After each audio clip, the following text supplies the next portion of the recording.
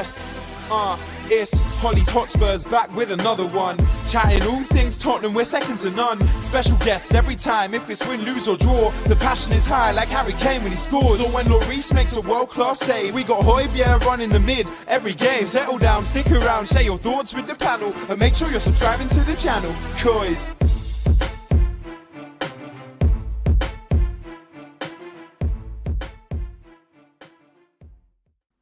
Hello and welcome to another Hollie's Hotspurs Live, where we will be discussing that draw against Everton, and I feel there'll be a lot of controversy in the chat. But hey, it's good to talk these things out. Like I say, it's always good to have a therapy session, so to speak. So with me tonight, it's a bit of an interesting one. I'm joined by a Tottenham fan and an Everton fan. It should be a good one. So on the Tottenham side, I have Max. Max, how are you this evening? I'm very well. Like I said, it's been a long day, but I'm looking forward to obviously talking about the game yesterday. Plenty of interesting topics to talk about that happened yesterday. So yeah, no, it should be a good one. It should be indeed. I mean, there's not many goals to talk about as there was none, but there's a lot of controversy, so to speak. So also with us from the Everton side, we have Mike from Blue Boyz Network. Mike, how are you this evening? Yeah, I'm all right. I'm calm now. I'm calm. Can I just say as well, your intro has to be the catchiest on YouTube now. It has to be. I mean, firstly, who the hell is rapping that? Who is that? That is Form's official. He is like an up-and-coming rapper, so I've kind of caught him before he becomes big time, basically. I was going to say, how much does that cost you? My God. It's I'm good. Well, I'd like to say I'm good friends with him, but no, you can follow him on everything. He just raps bits and bobs. I mean, his Tottenham stuff is going through the roof at the moment. He's getting a lot of jip for it as well. Obviously, the Antonio Conte one's a bit funny, but yeah, no, he's class. He is funny. But yeah, no, I'm glad you like it, Mike. I'm glad you like it. So it's been a little while since. That's a good compliment, considering he's going to kick off about what happened yesterday. That is true, actually. Yeah, let's refrain for a little bit.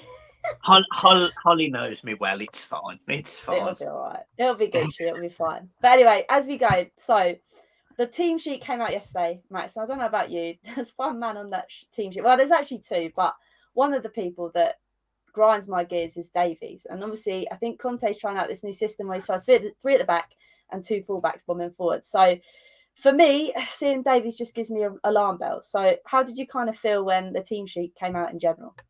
Well, that's the thing. The team's actually not too bad because obviously we've seen that the similar side during the week, the one that obviously got away with the lucky victory. But I mean, it's early days. He's obviously finding out who he wants to start. He said he's going to give everyone the equal game or two. He wants to get Dele Alli back involved. I've seen obviously he wants Harry Winks to see what he can do. I think he's basically saying, look, if you want to play for Spurs, give it your best shot, and then if you're good enough, obviously I'll keep you on board. But Davies, he's one of those players. If he has to play, I actually don't mind him closer to the centre backs, just because he's not. I don't think he's quick enough to be a left or right back. And he does get a foot in from time to time. He just gets a lot of stick, and we've always thought he's not good enough. But then we haven't been good enough. So how can we argue we want to sign all these players? I mean, we're lucky to have Conte to see who he can bring in obviously the potential January window and just go from there. But we've got to make do with what we've got at the moment. And if we have to see Davies, at least we're not seeing him at left back because we know he's just god awful there. But it was a good lineup. I'm happy with it. Lucas Moura, I still think he has to be starting every game. He gets the ball. He actually creates. He can't even talk. Sorry, it's been a long day. I've been up since 8. Obviously, when I left Everton this morning, but he's probably one of our best creative players when he is on the pitch because at least he drives with the ball forward and he's quick. No one catches him, so you have to take him out. You have to either take him out or take him down. And then you've got players, obviously Harry Kane and Son. They're not far in at the moment at all. Luckily for Everton, because there was a few Evertonians up there that I was talking to before the game, and they actually thought you never know with Son and Kane. They can just turn it on at any moment, and Kane just hasn't got going this season at all. And you could argue Son hasn't either, but their time will come. They will hit the ground running soon, yeah. Hopefully. And that's the thing. I mean, like you said, maybe I'm a bit too harsh on Davies because at the end of the day, we don't really have anyone really that can play there, so to speak. So to chuck him in when he, because I think Kev said here, because he's a left-sided centre-back for him, that's the only player we can play. So in that case, I can kind of see where people's thoughts lie with him. But I come to you, Mike. Obviously, the team sheet came out for us. And I know, obviously, you're about Calvert-Lewin, and you need to play. Well, you have to play Richarlison. Were you at all like? I know we spoke about Harry Kane and Son, the fact that he could turn it on at any moment, but were you kind of worried about playing us with obviously Conte as well being in the building?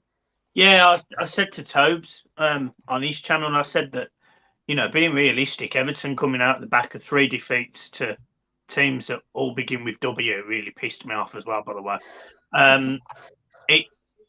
It was a really bad game for Everton to go into. We've not been great at home. We've shown that against West Ham and Watford, and going up against the Tottenham side that rightly have a little bit of a spring in their step, I would say. I think the fans have been really good to tamper expectations, because I think a lot of people when they and we did it at Everton with Ancelotti, so you can almost get ahead of yourselves before he's even got in, if you get what I mean, and he's seen his team. But I was expecting to lose this game. I was expecting it to be 2-0. I was expecting Harry Kane to turn up. I was expecting to concede goals from corners, which Everton have been really poor at this season. And I was expecting Spurs to win. It was a nice surprise that you didn't. But I don't think it's long until Harry Kane and Son, Ndombele, Lo Celso. I just don't think it's going to be long until Conte finds the right answer with these players, because we know these are quality players for Spurs. Everyone in the Premier League knows they're quality players. Ndombele caused us all sorts of problems when he came on. But I think Spurs' issue from an outsider perspective, slightly similar to Everton over the years, is just that consistency. And, when you know Spurs are going to be good, they tend to not be. And when they're against the back, against the ropes, playing a top team, for example, they seem to come out fighting. So I think Conte will give you good balance with that. And I think you'll get more results against teams that you'd expect to beat going forward. But it was a tough one for you on Sunday, because you also had an Everton side that are fed up of losing. You had the crowd on your back. There was a few incidents in the game, which obviously we'll talk about in a minute, that got the crowd going as well. So, credit to Spurs. And I'm not saying Everton should have won or anything like that. Not yet, anyway. Might do in a minute. But credit to Spurs, because an old Spurs, I think, would have cracked and conceded, and you didn't yesterday. And I think that's credit to you guys. No, I appreciate it. I think that's the kind of thing. I mean, I think a lot of us aren't expecting too much too soon because of the dross that we have on our team. I know you've mentioned, obviously, the likes of Lo Celso, and I was going to try and get to it a bit later, but he's been brought up now. And I don't know about you, Max, but towards the end of the game, when that corner came in, it drove me absolutely. Do you know what? I was waiting for you. I mean, that's probably the worst corner I've seen in the Premier League in years. I don't know what he's doing. Even if you just float one in and the keeper catches it, it's better than that. But no, other than the shocking corner, because I was obviously lucky enough to be there. So where the away fans were in that corner, I couldn't quite see when Lo Celso hit the post. I couldn't see whether he should have scored it or whether it was just a great effort. So obviously he actually, other than the corner, I thought he had an okay game, Lo Celso. I mean, it's nice to actually have a shot at goal. I mean, yeah, it still wasn't on target, but that's where Mike was saying, Son, Kane, they haven't been doing it recently. So if it takes someone else to have a go, then why not? We don't have enough shots. If you don't shoot, you don't score. And then, I mean, that's dead simple. I mean, Ndombele doesn't shoot. He just likes to run with it, either get tackled or skill a few. He does about 10 tricks before he passes it. And then I don't know what he does, to be honest. But Lo Celso, there's a player in Lo Celso. And I remember watching highlights of when he used to play. It was Real Betis? Was he at them? Or was it? Yeah. I think it was. But so. He was quality. He was scoring goals outside the box, top corner, left foot, right foot. But he just hasn't found a system recently. And obviously with Mourinho, Nuno, he hasn't been in their plans. We've seen quite a bit of him already under Conte. So he might be someone he's gonna pull out the bag, and he might end up playing them in behind Kane and Son. And you know as good as I do, if you can have a good playmaker behind Kane and Son and not have Harry dropping deep into midfield every 5 seconds, then he's going to be playing and creating loads of chances. Fireworks going off still, can't believe it. But the Everton, do you know what? I didn't go into that game at all thinking we're going to get 3 points. I thought we might be all right because I like the lineup. 3 at the back's always dodgy, if you ask me. I've never been the greatest fan of it. I know Conte done it at Chelsea, but you've got to remember the side that he had at Chelsea was just different class.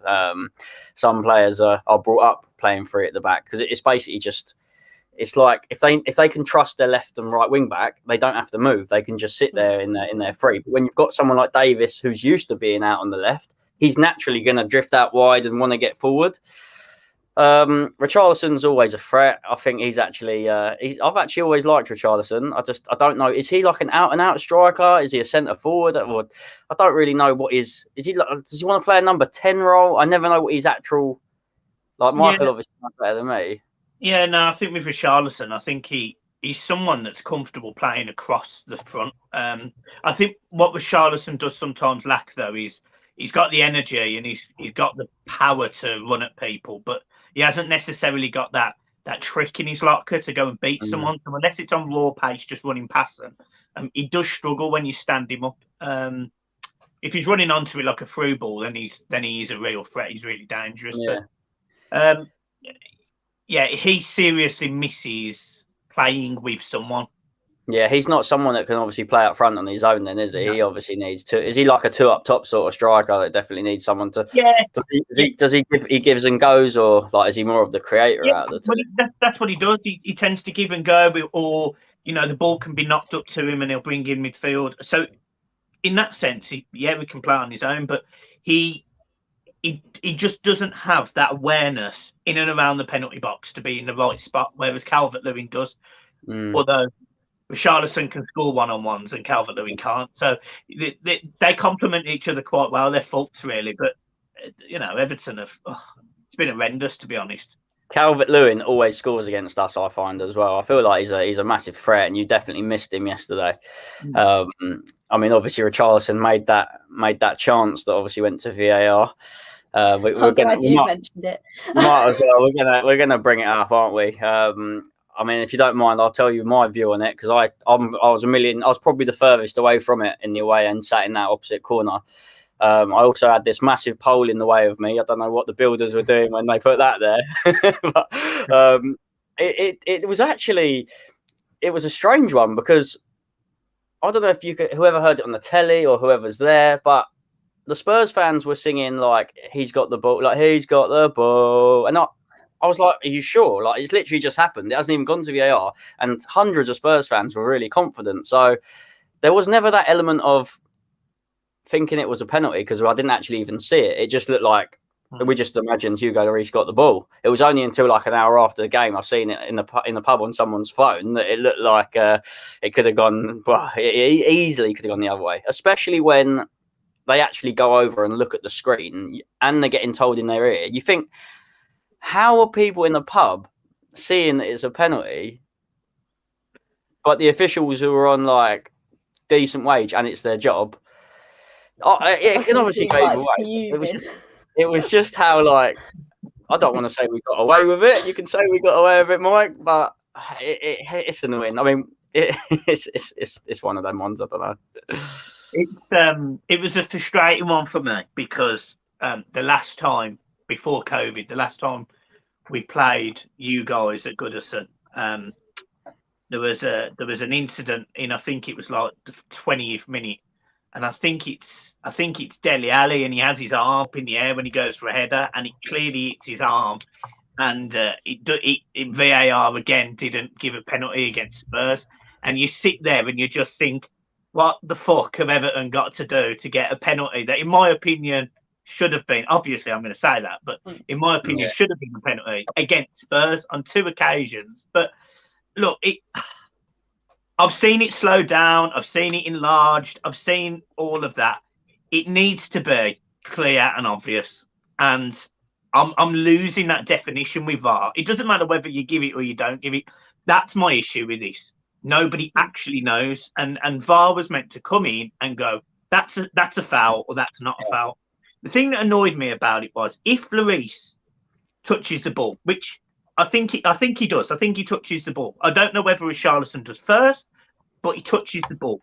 But in the first half, for example, Delph makes a good tackle, gets the ball, goes through a player, gets a yellow card. However, he wins the ball. So where's the balance of what's going on, if you get what I mean? And on top of that, I think there was an incident with Ben Godfrey on one of your lads, and I think when he gets the ball, he sort of steps into his ribs as well. I'm surprised that wasn't looked at in a little bit more detail as well. So my issues with VAR, not Spurs, not the decision. Well, yes, a decision, but my issue is with VAR. It really frustrates me that things that we may think are penalties, we may think are fouls, are just completely missed. And the other thing that really pissed me off about the incident is even if you don't give a penalty, Richarlison has the ball. He got back up and he's got the ball on the end of the 18-yard box. Your keeper's on the floor and you've got one defender on the line with 2 Everton players running in. Yeah. If we'd have played on, I'm not saying we would have scored, but we may have had a shot on target. It may have gone in, it may have gone wide, whatever. But literally that decision, it then goes straight to Lloris for a drop ball. I don't get where Everton benefited at all from that situation, even though we were in the attacking third. But it's interesting you say that, because obviously, as we've seen with like stupid, like offsides now, they don't put the flag up straight away, do they? So they're happy for someone to go get injured like 30 seconds later potentially, and then the ball end up in the back of the net, and then the flag goes up. So I'm quite surprised that didn't happen, because there was no obvious injury. It's like he just thought in his head that's a penalty. Did he give it? He did give it, didn't he? Yeah. So he gave the penalty, and then, like you said, so what if the ball did go in the back of the net, and then he's obviously pulled it back for the penalty? Then the roof would have come off Goodison, the walls would have caved in. Honestly, God. But like you said, there's no. Obviously, they will know better than us, but VAR has been brought in for quick decisions, ones that they should be able to, as soon as something happens, before the refs even had to go over there, they've made their mind up. They've got them. They're officials. They're retired refs that are obviously doing it. Like, they're not just your bloody Bob down the road who they're stuck in looking at the video of it. So it's just every game that it feels like there's a decision in every Premier League game these days that just goes, how have they messed that up? How do they get this wrong? The hidden issue behind all of that was obviously that, irrespective of Spurs in this situation, but the same 2 people are the same 2 people that 2 years ago didn't give a goal against Sigurdsson when he's sitting on the floor, and the goalkeeper can clearly see the ball, but he said that Sigurdsson was interfering with play. It was a last-minute winner against Man United, and it was the same. It was John Moss who was on VAR, and it was Kavanagh who was, who was. It's done for me. Like, I hate VAR. Everton, unfortunately, I think are one of these unattractive teams that seems to get very little. We are destined to have to play against 12 men, unfortunately. But my God, when we are pissed off, we do get behind the boys, because I must say the atmosphere from probably your perspective yesterday must have been quite intense, feeling that, because Goodison it's been quiet lately. There's not been tons to celebrate at Everton, but I felt like yesterday. Well, that's the thing. There was definitely moments where if you had gone 1-0 up, especially if you got the penalty and gone 1-0 up, I don't think we would have got back in it, because we just weren't. We didn't come out the blocks at all, and you started the game really well. Like I said, I only really remember recalling Son being through and dragging it well wide, which I think I'm hoping he was offside. I can't even remember. It was offside, and that was shocking. And then the Lo Celso hitting the post. There was nothing else. Nothing else comes to mind, honestly, when I'm thinking about our attack yesterday, and I'm so bored of it. I mean, the fact I went 4 hours drive to go and watch us do that, it's a nightmare. But you're definitely right. I mean, it's right when they say the fans are the 12th man. It's completely true. It makes such a big difference. You could even argue that's what happened. That's why we didn't come out fighting, because we were intimidated. I mean, I think our away support's always pretty decent. The Spurs fans never let us down, even though I was sat next. I say sat, by the way. I'm going to just chuck this out there. If anyone in the chat or anyone watching has ever been to Everton, the away fans, what are these like? I've even got it on my phone. I took a video of it, and it was the most unbelievable thing. I think bearing in mind it's an old stadium and we're used to like state of the art, But when I State of didn't the even sit, I didn't even sit down. This is where I stood on this like wooden platform, and I thought it's like I was stepping on and off of a bus. Like it was crazy. Maybe that's just what they do to obviously upset the away fans. I don't know, but No, is it like it's like that the whole length of the stand? Yeah. It's is it like that in the home end though? yeah. You got to remember, like it's like Everton was the first like Goodison was the first purpose-built football stadium in the country. It was we used to play at Anfield, and then I learned a lot last night. I'll tell you. I'll let you carry on, but yeah, I learned that.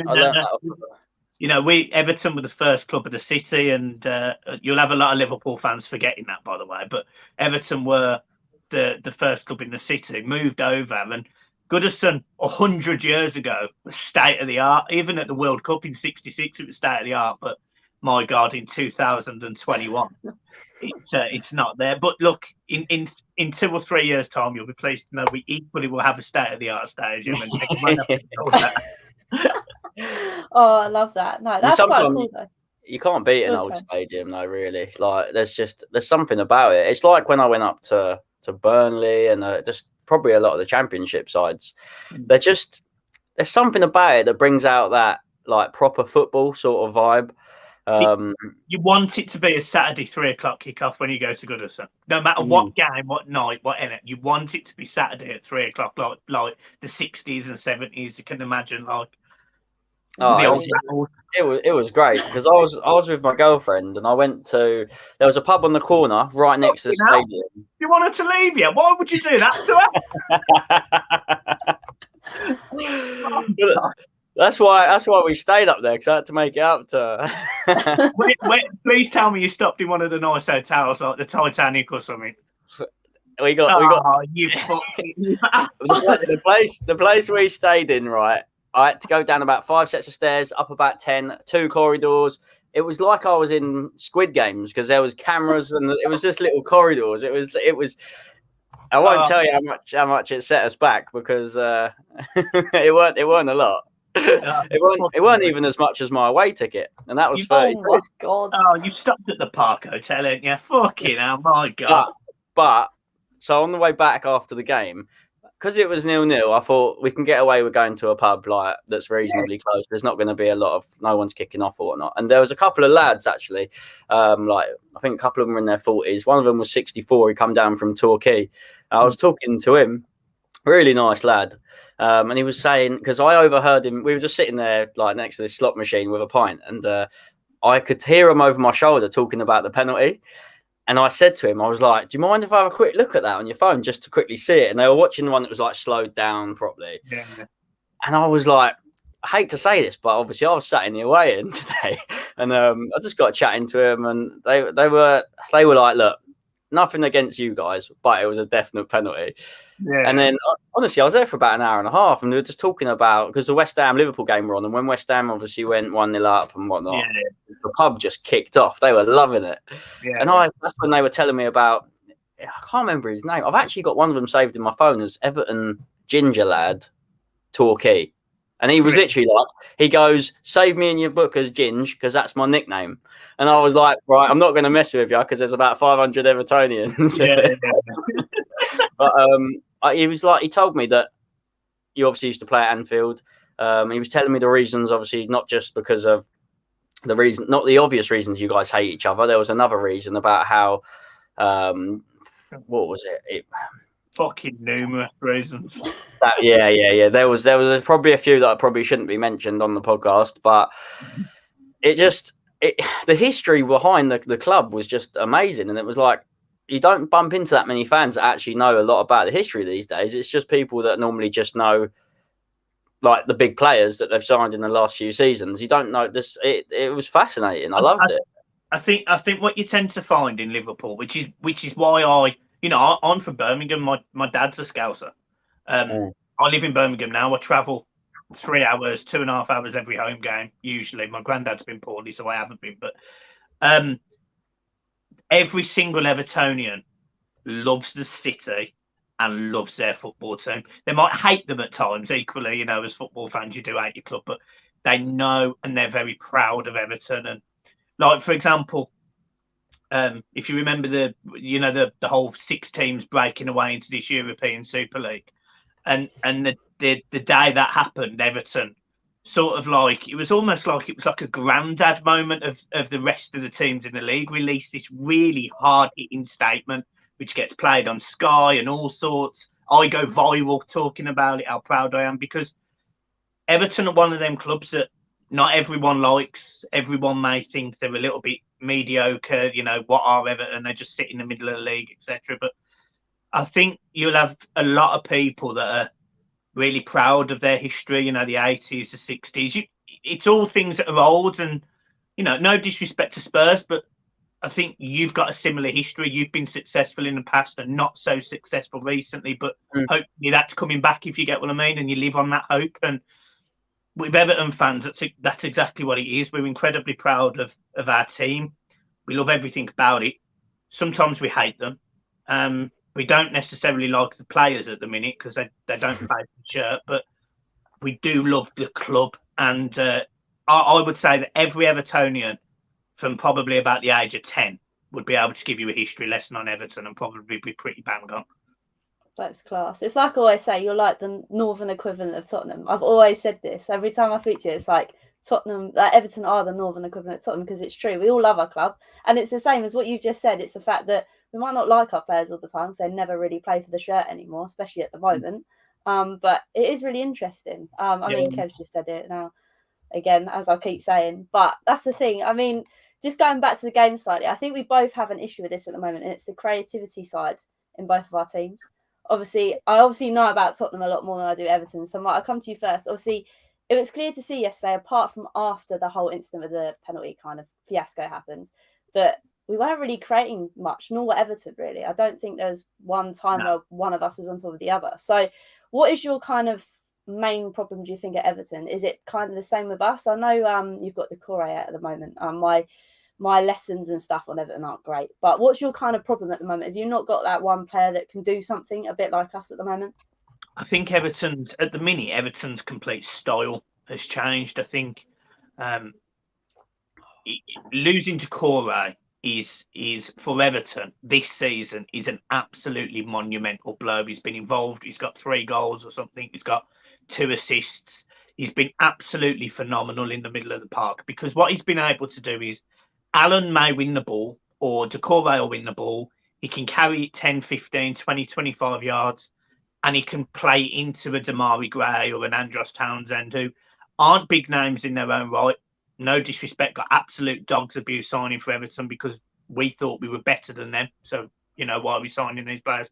And they can simply deliver a ball into Calvert-Lewin and Richarlison. And that is pretty much how Everton play, with the other option of Decore just carrying the ball 40 yards and just being really strong with it. Losing to Core literally cuts out that man. So you can't get the ball through our midfield because we haven't got a player who can do it. So it almost has to go long, and it has to, it comes from a Luca Dean or a Michael Keane kicking the ball 30, 40, 50 yards to bypass the midfield. If you'd have dominated the midfield yesterday, which in my opinion Spurs should have, you would have won that game. And we just couldn't get the ball into Richarlison, Townsend, anyone who could create a chance. And even when we did get in those positions, it was almost like we were shot shy. And I would genuinely say it was almost exactly the same for Spurs, really, because apart from after the penalty, I can't think of an effort that Everton had on target. I think I can think of one, and it weren't particularly well hit. There was a Gordon volley that went absolutely soaring over the bar.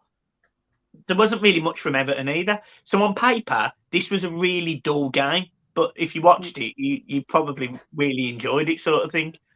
Exactly. Literally, the penalty thing was literally the only exciting thing. And I think that's with us as well. We don't really have a creativity problem. I mean, we've always said this. We've never replaced Eriksen. We've got the Celso that's supposed to do that, and it hasn't worked. Go get him again. Go and get him.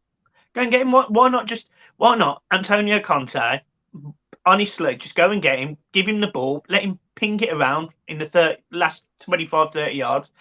There's no reason Ericsson can't do that. I know he's got the same thing that Daley Blind's got, hasn't he? With that fitted on his heart. He can clearly play football. He scored the other night in the Champions League. So Ericsson could easily come into Spurs. He would be so welcomed back as well, honestly. I don't think... He'd do a job. He doesn't have to play every game. He is a little bit older, but he would do a job at Spurs. He'd be like a Raphael van der Vaart coming back. Obviously not him. He's about 77 now, but you get my point. Yeah, exactly. That's that position. That position. So we've been linked with players like that. Sabitzer. There's another one who I can't even pronounce his name, but we have got Lo Celso, and I think whether Lo Celso's position actually, like, I actually want to ask Lo Celso himself, what is your position? Because we've seen him play defensive mid, we've seen him play centre mid, we've seen him like yesterday trying to get it like behind the striker. I don't know what his position is, so I'm more than happy Højbjerg to sit centre mid, defensive mid. Don't go any further forward than that. We know he can ping a pass. You don't need to run 30 yards of it. He's not that sort of player that's going to be doing that because his dribbling's a bit suspect at times. We just need a player like Gio, because he does run with it, like Lucas, because he does run with it, that's just got that end product. And we just have not replaced, since losing Ericsson, we haven't got that since. We all wanted it to be Lo Celso. We wanted it to be Ndombele, our record signing. Like 60 million, don't get me wrong. He's a fan favourite at times, obviously, because he does a little like ball roll here and there, like Lamela used to do. And people were like, oh my God, like he's beat a man. But if you can beat a man and then not do anything with it after, what's the point? Like you were saying, oh, Balassi. Oh, I mean, don't get me wrong. These players, they've obviously got like bags of ability, and like Balassi was quick. He got the ball moving. It's just, I don't know, players like that. You think just do what you're good at. Don't try anything too much. And that's what Lamela used to try before he gave the ball away. He wanted to nutmeg someone or something silly like that. And there's not enough players nowadays that have that. Like, they're trying to fill out a big spreadsheet of what they're good at. They need to be able to just maybe run with it, pass and shoot. Just do the basics. Honestly, it sounds stupid, but that is the reason Everton signed Andros Townsend. Because honestly, he can't do anything other than get down the line, shoot or cross. And I love him.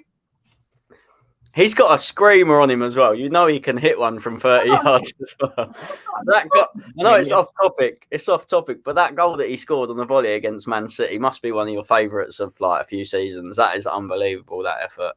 Mad. Honest to God, mad. But we, I think Spurs and Everton are in very similar positions in that sense, because you know Everton lost their creative number 10 in Mr. Sigurdsson for various reasons. We won't talk about. we can't go into, but we equally have lacked that position. I mean, I'd love Everton to sign Ericsson, so if you don't, we'll have him. I actually wonder how much, like, all the like NHS stuff aside, and how much it would cost to actually like have him play, like insurance wise. I wonder how much it'd actually cost, because like offer like 10 mil. Are you telling me they ain't going to accept that? Because apparently they don't want him to play over there for the rest of the season, or even. He's not allowed to in that league. I don't think. Yeah, he's not allowed.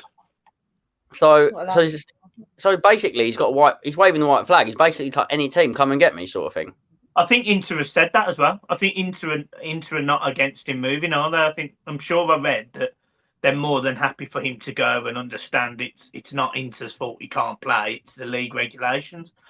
I could see him ending up at Ajax as well. So if he doesn't go Spurs, he'll go to Ajax. I think he'll go to one or the other. Yeah, I mean, we could every time we could talk about Spurs without that creative midfielder, because when we win, we don't have to talk about it. But then when you don't win, the reason you don't win is because you haven't created anything. And we always talk about the same things. 100%. It's always the same things. It'd be nice just to talk about let's talk about Emerson at right back. I think he's been brilliant recently. I'm looking forward to seeing what he can do under Conte. Romero's going to get about 6 red cards towards the end of the season. I think just going through each player like individually, you spoke about Ben Davies. Lloris is a fantastic shot stopper. He won't be replaced. Even if he does, I don't think there's another keeper out there that you can just suddenly put in that's the same like sort of quality. Reggie out on the left, but in this obviously new sort of formation with five back. I must say, he surprised me. I rated Reguilon, in Spain, and I'd seen him play for a few years because he was being compared to Luca Dean before he was in the Premier League, and Luca Dean hasn't had a good season for Everton. He hasn't had a good 18 months, but I didn't think Reguilon was very good yesterday either, to be honest. There was one moment where he literally just gently passes it out of play, and I thought, what? What's that? Is he struggling? What's going on with him? I think he had a decent first season when he came to us, and obviously fan favourite. Everyone loved him. He soon knocked Davis out of the squad, and we were like, oh, we're onto a proper good left back here.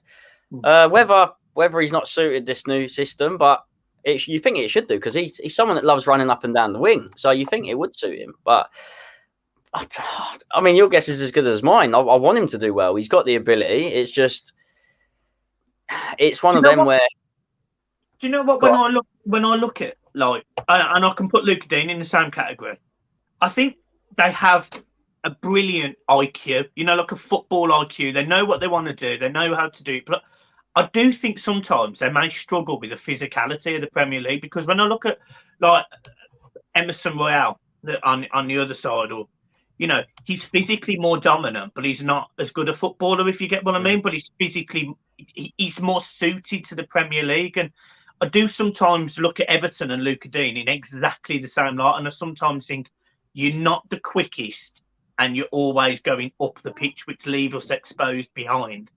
Which is fine if you're delivering a ball and putting a cross in or, causing problems up there. But sometimes I don't have that. So I sort of sit on the fence when it comes to my left back, really, and just think everyone was raving about Luca Dean and Reguilon and Ben Chilwell.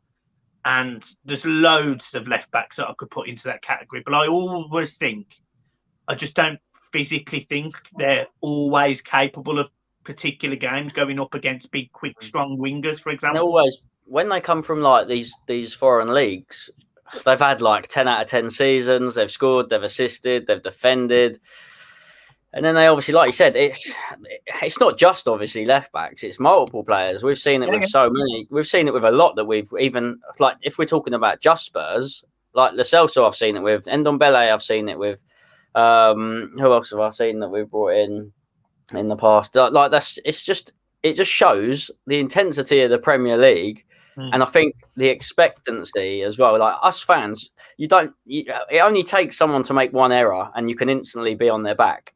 And I think that can knock someone's confidence, whether you're on 100 grand a week or not. Do you know what I mean?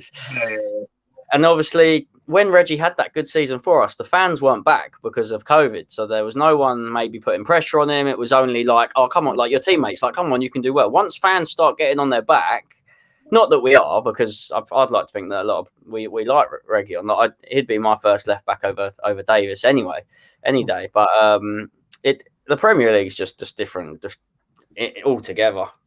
I also think though, I also think though, we haven't really had anyone in the box as of late, i.e. Harry Kane and necessarily Sonny, for a cross to come in. I think also we need to look at that kind of aspect as well. Okay, yes, Reggie's having a bit of a dodgy run at the moment, but he hasn't really got anyone to cross it to because there's no one in the box. Can I give my opinion on Harry Kane? This is just straight off the bat. Spurs fans, you may hate me, and I'm not going to dig him out. So just bear with me. I don't blame Espirito Santo, Nuno. I don't blame Nuno. I don't blame Conte for maybe last couple of games not quite getting the best out of him. I genuinely do blame Gareth Southgate, because Gareth Southgate playing him so deep in his England games for the last 2 or 3 years, I genuinely think has rubbed off and affected him at Spurs. He doesn't score loads of goals for England because of, when he does score, he's scoring against teams that you'd expect him to score against. Yeah. Whereas at Spurs, he was genuinely scoring against anyone, world-class striker. And I actually rated him the best striker in the world at the start of last season. But I genuinely think that Gareth Southgate playing him so deep in these England teams has really badly rubbed off on him. And he can't get out of it. And I'm hoping, from a Spurs fan sake, I really hope that Conte just says to him, I want you to sit in that 18-yard box and not fucking move. Just stay there and put the ball in the net, because he's ineffective when he's going out left or he's going out right, or he was effective coming short last season because he was linking up with Son really well. But he hasn't done that this season. There isn't the same. I don't know. It's just not the same this season. That's the thing, and it was obviously new. It was all fresh. It was like Kane dropping deep. Like, what's this? We've never seen someone like a striker that's got that sort of passing ability, or for a long time anyway. And then it was quite easy to cotton on to now. Oh, Kane drops deep. Where's Son? Just find Son, mark him. Yeah, he's quick. He's going to outpace most players. But then once Kane gets shut down now, he's got to find this space, and they're just not working on the same. They're not on the same wavelength anymore. That's what Michael Keane did. If you watch any moments of that game when Harry Kane dropped short, Michael Keane was literally up his arsehole. Mm. That's the way to do it, though. It worked. Yeah, of course it is. The trouble is, like, because I think not just Gareth Southgate, I think because obviously we all kind of said it was Jose as well that was causing him to drop back. But it's interesting you actually said it, because I never really thought of it like that. I never really thought that Southgate was the man that put that into his head. So it's actually really interesting you say that. But I also think for years. Done it for years. The last 3 years, he's dropped deep for England. I genuinely think it's killed him. I'm like, I didn't even think of it like that. It's really interesting the way you said that. Another point, definitely. There's a lot of Spurs fans that blame Jose for that, and I'm not going to say I was, because I like Jose. Not many people would want to admit to that, but I think it is interesting you said that, and I think as well with the whole Man City thing that went on, I don't think that's really helped his relationship with Sonny as well, because I think Sonny was a bit ticked off that he wanted to leave because they were doing bits last week. So it's interesting. I mean, with you, do you reckon if Conte can't do anything, do you reckon Kane will be off in January? The problem was with Kane dropping deep, though, is because there was no one that had the passing or the vision in midfield. So Kane probably felt like, well, I need to drop deep because I can see these balls over the top. We know as well, Winks is never going to play those balls over the top. Højbjerg didn't even know he had that sort of a bit passing ability until the Euros. Obviously, we saw some lovely little balls over the top and assists then. But yeah, that's it. Like, Kane just probably looks around and thinks, there's no one here that can do it, so I've got to do it myself. And then it was working. It's all well and good when it's working, and now it's not. We need to just, like Mike said, Kane needs to be banged up top, sit there, do your job, put the ball in the back of the net, and I will go out in January and I'll get you an attacking midfielder or someone. Maybe he wants to see what Lo Celso can do. Like, give him a go. He's been at the club long enough to know what he can and can't do. A few years at a Premier League club, you should be able to know what their best position is and who they can play with. We shouldn't be. It's like Dele Alli now. Like where's he? He's played against Everton before. Do you remember? Like, he's banged goals against Everton like every time we've played you. He's probably scored in the last 5 years the most. If this is literally just making it up, but every time if I think of a goal against Everton, it's a Dele Alli one. I was there that one where he done the sleep celebration, where he went and Toby Alderweireld ball over the top where Ali caught it on his chest. That was probably one of the best ones I've seen. Just we're lacking just anything like that, and it needs to be sorted. I mean, you can put any name in a hat, world class players that's like this, that sell Lo Celso and get. I mean, what's his name? I can't even pronounce his name. I know who it is. I know who that is, but I just not pronounce his name. But it's easy to say names, like whether they're good on FIFA or Football Manager, but I trust Conte. I'd like to say I trusted Mourinho and didn't really give Nuno much of a chance, to be honest. I feel like he was in the deep end from literally the get-go. But Conte's got the experience now to go out there. He will see what's wrong. He's ruthless. He's ruthless manager, and he will know in January. He's taken the job for one reason. Like, there's no way he's not got money to spend. No way. He's got it unless he's been told who he can sell. Like, you'd like to think that he's going to get given the money, but Jose was promised money and that never really materialised. So, Mike, I'll come to you. I mean, from being an outsider, so to speak, do you think Harry Kane will find form again, especially under Conte? It's quite nice to get your kind of thoughts. Or do you think he's got until now to the summer to decide what he kind of wants to do? No, I think he will. I think. Look, if I'm a 29-year-old fat overweight bloke that watches football from a sofa and in Goodison Park, I'm pretty sure Conte works with Harry Kane every single day. Will realise that if you put the ball in the box, Harry Kane will score. I don't think it'll be long for him to get that out of him, to be honest. And genuinely, if he can't get that back, I don't ever think he will. Like Kane, it concerned me when he was linked with City because Kane is Spurs. Like he's Spurs through and through. He's a local lad. He loves the club. He's always spoke highly of Spurs. I think if Conte can't get the best out of him in a Spurs shirt, I genuinely don't think it matters where he goes, who he plays with. He'll never be the same striker as he was a year ago, 2 years ago. I just don't think he will. I really like Harry Kane. I really like it. I think it's been bang out of order over the years that he had abuse for the way he talks. When this is a guy that arguably is probably the best naturally gifted goal scorer England have produced in absolutely years. I mean, he'll surpass Wayne Rooney's record irrespective of whether he finds form or not because he did so well in his early days. He's not done it the easy way. You know, I remember him going out on loan to Leicester and it was somebody else who was shit. And I think he didn't. Yeah, somebody like that didn't quite cut it. He then gets an opportunity in the Europa League for you guys, takes it with both hands, scruff of the neck, does really well for the last 6-7 years. I really do hope that Harry Kane turns it round. I just worry that he can't, but I do think he will. Genuinely, deep down, I think he will. He's got to want it as well, though. Like you feel from our view recently, since Mourinho left, he's just given 6 out of 10 performances when we've needed him the most. Like you said, he's our out and out goal scorer.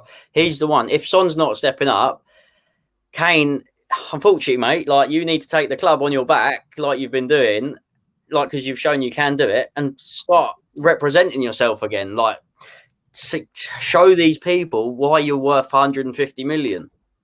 Now that's just been halved, that price tag easily since Mourinho's gone, just because he just hasn't looked up to it, has he? I think that's the thing. I think. Sorry, carry on, Mike. Go on. No.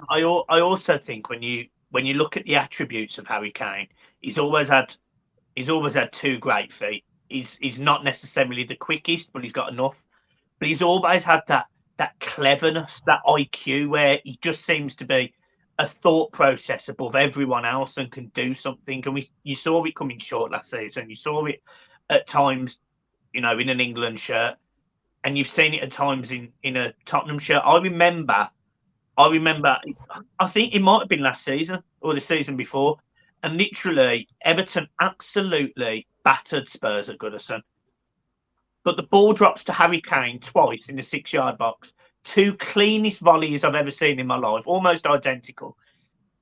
No other striker could do that. No other striker could give himself half a yard with 4 players around them and find the top corner that close to it.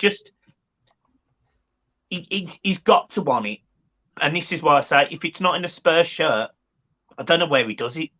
And that's the thing. It's like what Max just said as well, because it's whether someone wants him now, because the way he's been performing recently, I don't think anybody's going to want to come and get him, really. It's such a sad way to talk about it. Harry Kane, the man that's done it pretty much anywhere he goes in a Tottenham shirt, and now it's just, I don't know. It's just... Especially when he has bagged the golden boot last year and the assist. You just think, how has this happened? Players do have like off seasons or whatnot. Like remember, Kane never scored in August or whatnot. It took a while for that to be broken. But I think it's just one of them where he's had so much on his back. It's a massive. Every day it was in Sky Sports News every single day throughout August and September. It was like, is Kane going? Oh, he's not going. Oh, is he going? And you'd like to think it doesn't affect players that much, but it started annoying us. So you got to imagine it must have been boring the shit out of him seeing it every day. Well, no, that's the thing. Yeah, sorry, carry on. I was just going to say, obviously, just touching quickly, because obviously we've got Skip and Højbjerg at the moment, and with this lack of creativity, Max, I'll come to you first and I'll come to Mike. Do you think that's kind of hindering the creativity as well, or do you think having the likes of Skip and Højbjerg just gives us an extra layer of defence?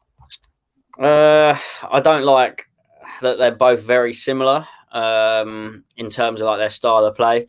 I like Corbier and I don't mind Skip. I ain't seen enough of him yet. I know a lot of fans love him, but I feel like you either play one or the other and then get an attacking midfielder and then get 2 wingers.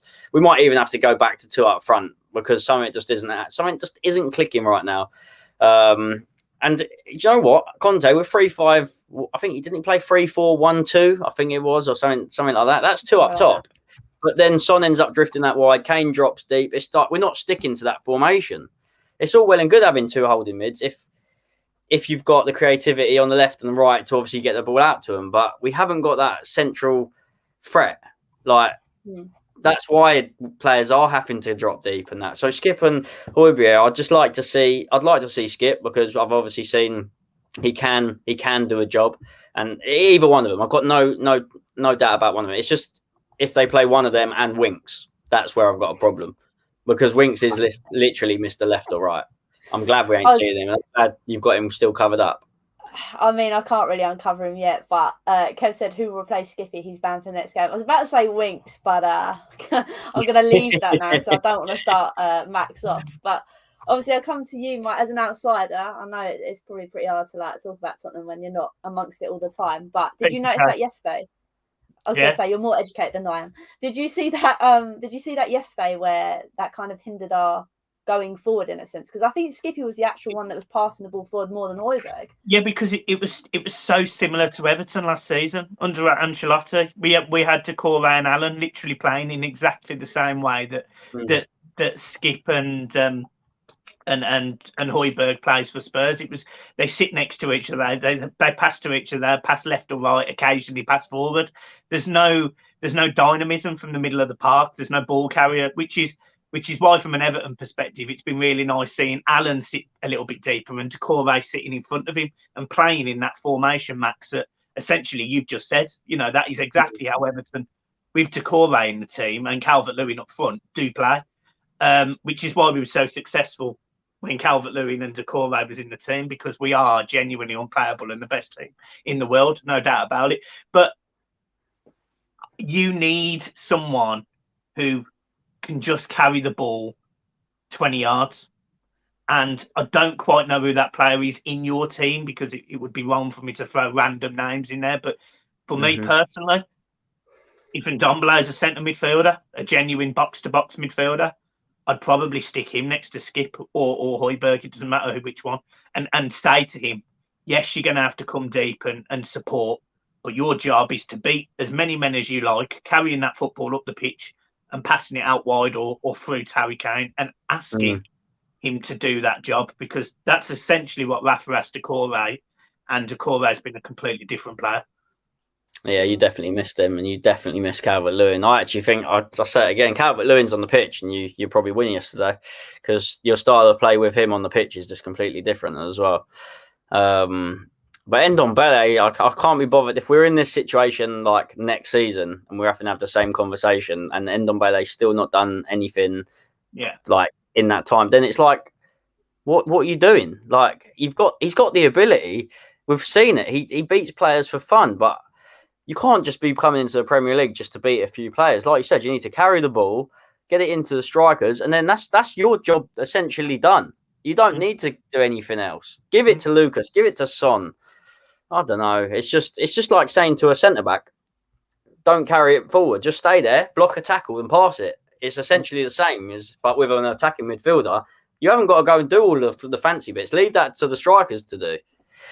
And it's just...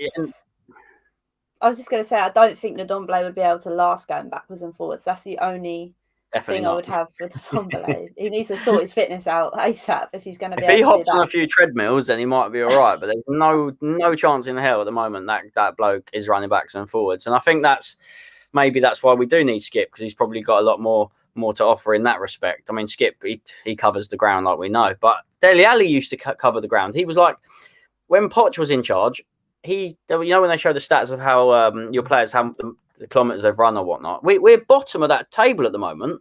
We're not doing anything. It's like, where's that suddenly gone? I mean, Dele Alli is not the most creative midfielder you're going to see, but you'll be surprised when someone's running about 70, 80 minutes and players get tired, that he made that space. It makes space for players to run into space. And that's another player. Dele Alli's not even about. And you think, what's going on there? There's a lot. This is why Conte's in, though. This is why Conte's in. Hopefully, I'll be sat here in a few weeks' time saying another victory or something like that. You'd like to think so, wouldn't you? Really, Jesus Christ! And the same for you, Mike. Obviously, like I say, you are the northern equivalent of Tottenham. It'd be nice for you to get some wins under your belt soon. But it is nice, obviously, to talk about that game. I mean, there wasn't a lot to talk about apart from obviously that penalty that's then. Last thing. Are we all in agreement Mason Holgate deserves to get a lifetime ban from playing in an Everton shirt? Yeah, you can get rid of him, mate. I actually forgot about that as well, actually. I don't know what was going through his brain to then kick his leg out and kebab Højbjerg. I don't really know what he was thinking. It was, to be honest, it was the criticism of Rafa that I've got out of that. Like, Fabian Delph was, again, I fucking hate him. I hate him. But he was genuinely really good when he played for 60 minutes. I thought Fabian Delph for Everton, I thought he was really good. I thought when Tom Davies come on, look, again, he's a championship player. He should be nowhere near a Premier League side. But he looked half decent against you lot until he brings on Mason Holgate, who is a shit centre-half, and asks him to play in midfield. I was like, what the fuck are you doing, mate? What are you doing, Rafa? And then he has 3 touches. He gives the ball away twice to Son, which meant you're in on goal on a counter-attack. And the other one, he gets sent off for absolutely flying through someone. It's just brilliant. It's brilliant. I was going to say, that sounds like a Nuno substitution, that does. Completely killed the game for Everton. Mason Holgate coming on completely destroys the game for Everton. Like the momentum, the stadium just went, now we fucked it. He wants to draw there. It's done, finished. I can't believe the amount of stick that Davis was getting. I thought he was like one of your own, one of your boys. And then, honestly, because that's what the chaps after the game were saying to me. They were saying, they can't stand the lad. Like, yeah, you're the same. No, I love Tom Davies as in a person, like for what he does in the community and the fans, etc. Absolutely love him, local lad. But as a footballer, he's just not good enough. And unfortunately, he's got away with it for years. Like years. He wouldn't get into a bottom championship side. He's shit. But he's a lovely man. I mean, it's like Harry Winks. He's a lovely guy. It's probably like Harry Winks, isn't it, really, to be honest? Harry Winks is probably... No, it's not like Matt, come on, man. You see, this is the thing, right? And it's similar with Spurs. Everton have spent £500 million in the last 4 years or 5 years. And this is the squad of players we have, where we have to name 2 substitute goalkeepers on a bench of 9. Sometimes we don't even get to 9. We sometimes only have 8. And the players on the bench consist of Cenk Tosun and Solomon Rondon.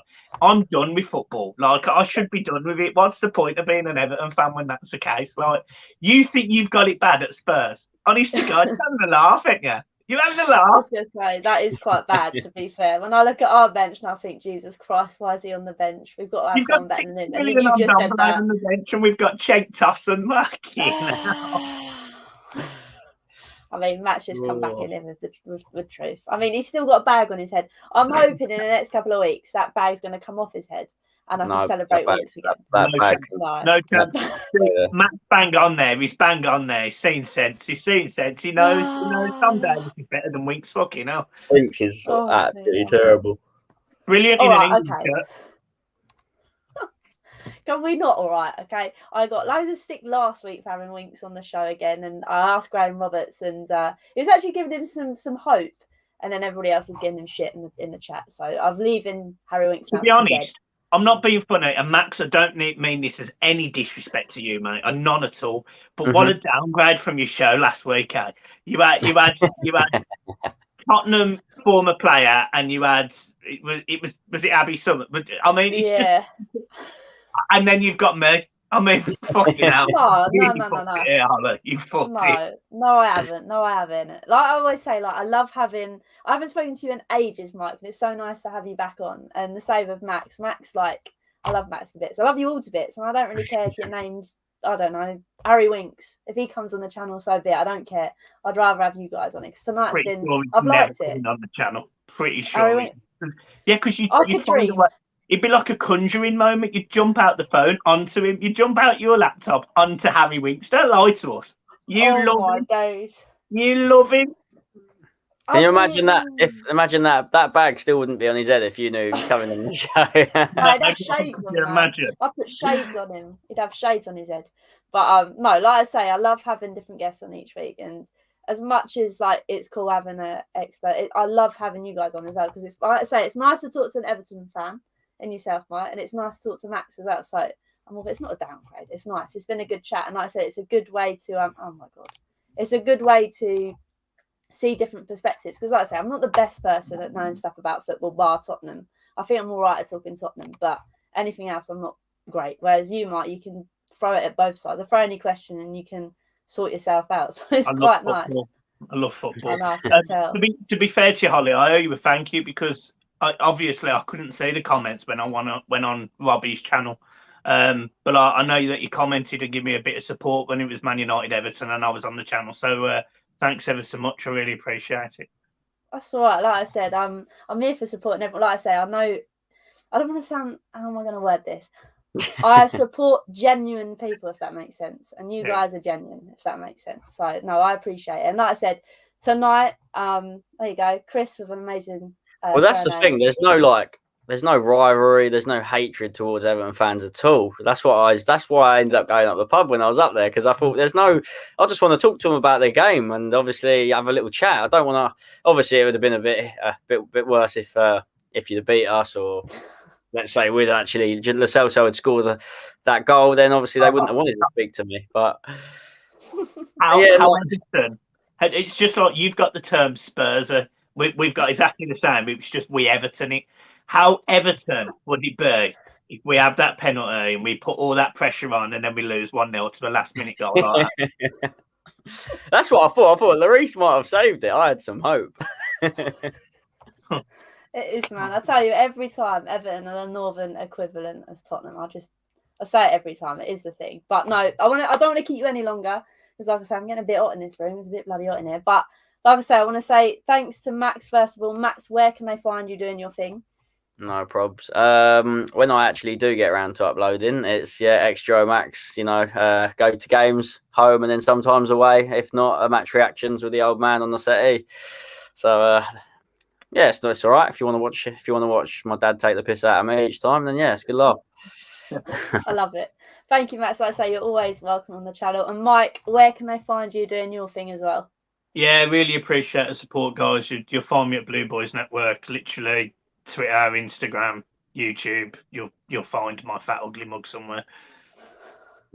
Don't downgrade yourself like that, Mike. Jesus, come on, man. Fat and ugly. I've got the banter though. I still talk them into bed. Don't you worry, Holden. Cool, man. Oh dear. But no, I wanna quickly say thanks to everyone in the chat today. I'm getting better at pinging these names up. I say it all the time, but I do really appreciate it. If you are new or you are watching the first time, make sure you subscribe and like and all the funky jazzy stuff. I don't know if there's going to be a Hollie's Hotspurs next week, but there might be a Hollie's Hot Takes because it's International Week, so I might just do a stream with just my face on, so that could be interesting. But until next time, like I say, make sure you go check out these guys' channel, and until next time, come on you Spurs.